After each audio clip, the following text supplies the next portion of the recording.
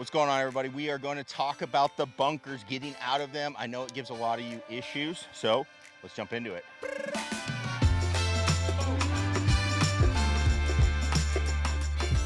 Hey everybody, Scott Oden coming at you. We're here. We are going to talk about hitting out of bunkers. Going to take a little look at this because bunkers are something that you really shouldn't be afraid of. You want to be, a lot of times people want to get into bunkers. If you're a good bunker player, you can get up and out of the bunker and get the ball on the green. And so that's going to be the first thing that we talk about when we're looking at bunkers is expectations. When I'm hitting a bunker shot, I need to look at what's going on and say, hey, what can I realistically do? So for example, this bunker shot here, we're going to be carrying a little bit of rough. We are going to be then going downhill towards the hole. Also, we have a lot of rain, as you can tell by the giant puddle behind me. So the sand is going to be wetter, going to be very dense, okay? So for this shot, I'm not thinking I can get this very close at all, okay? I'm just trying to get the ball on the green. I'm not going to be able to do anything real fancy here, but I don't need to. That's going to be the kind of the key takeaway as we go through this. So what are we looking at when we're going through and we are going to hit a bunker shot? So there's really two main things that I like to see people do from the bunker. If you want to be just a really good, solid bunker player, that is one, you need to control the depth that you go in the sand. That is number one. A lot of times people say, hey, I got to control where I hit the sand. I think if you control the depth, how deep you go into the sand first, you have a much larger area where you can hit behind the ball that is going to work out in your favor, okay? So how do we control that first? That's going to be the first part. So when we go to get a bunker shot, first thing is I do have a 60-degree wedge. You don't need that. You can use a 56. I use a 55-degree a lot of times, but I'm going to use the 60 here. I'm going to get a nice stance. I'm going to get the ball just a little forward of center. I can go more forward if I need to, but I don't have to, right? So what I'm going to do is, one, I like to get my weight locked in on the front foot. Two, and this is the most important part, I need to get myself set up so I have a lot of room from the golf ball. I am going to control the depth that I go into the sand by how I am distanced from the ball. So what I like to do is get far away, okay? I am reaching for the ball. I got my weight on my front foot so it's not going to move too much, okay? And I am reaching for the golf ball, okay? The other thing I'm doing to make sure I feel like I have good height, I'm getting my chest up tall, okay? I'm feeling like I'm bending it over as little as possible. I don't want to be getting down to it because what's going to happen is you're going to hit too low. That club is going to travel too much into the sand, and what happens is the sand slows it down, ball doesn't get out, okay? From there, I'm just going to play this first one with a pretty square face, maybe just a touch open, okay? But I don't have to do anything crazy. I'm just, again, get that distance.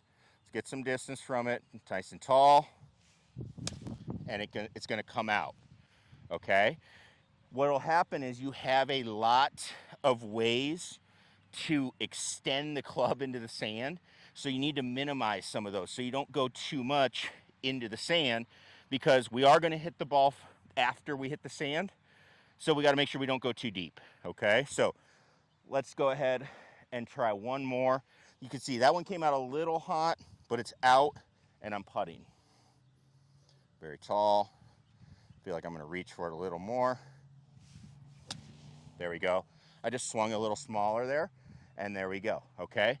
Getting the ball out, that is going to be key number one. Now, you can see these shots are coming out a little bit firm, a little bit fast, okay? That is going to be something we have to address. Again, sand is going to play a part. This is thick, it's very wet, it's not going to want to stop, so I kind of just have to take my medicine a little bit here. But what I can do to help out with that, this is where I can start opening the face a little bit more and maybe putting the ball a little bit more forward in the stance. So instead of just opening it a tick, I'm going to open it a little more, okay? Now, be careful, because as you do this, the more you open it, the more forward you go. You are going to run the risk that you do not get enough on this, and you're going to leave it in the bunker, okay? Leave that in, make sure that's the case, and then sometimes what happens too is you're afraid of hitting the sand too much, then you blade it, okay?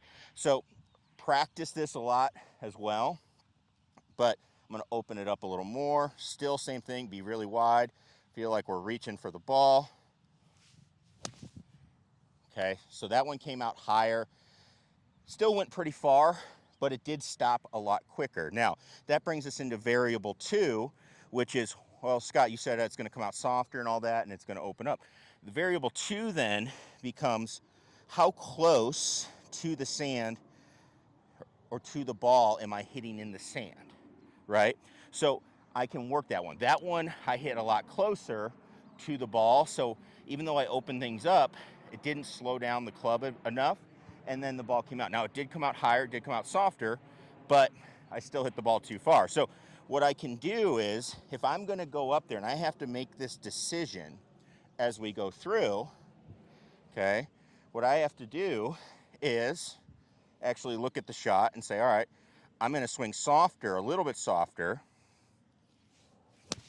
but hit a lot closer, and then, oh, hey-oh, we'll just make it right there on the spot. But that's a little bit of a risky shot as we go through it, right? So just something that we need to look at as we're going through. It's kind of a game where, again, I like to keep it very consistent, getting that feeling of setup where, all right, if I take my baseline shot and I just keep the face fairly square, okay, hey, how do I keep this ball, you know, to get out of the bunker, right? What's that feel like? Again, a lot more reach than you think, and feeling like you're standing up pretty tall.